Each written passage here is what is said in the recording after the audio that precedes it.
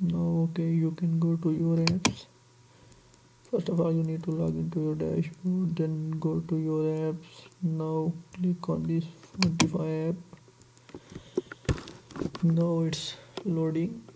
Okay, now we need to go to the bottom of this app, and here, see, you can see this $10 option. Okay, first we need to click on this to activate this, then we can be able to add any or upload any custom font. Okay, so click on this upgrade plane. Okay, now it's asking for permission. I think you receive a message or anything.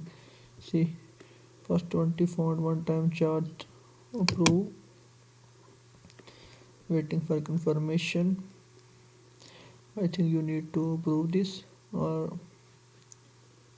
okay, see, transaction failed because I think you have not attached your card or anything. So first you need to approve this, then I can be able to upload any font or install any custom font.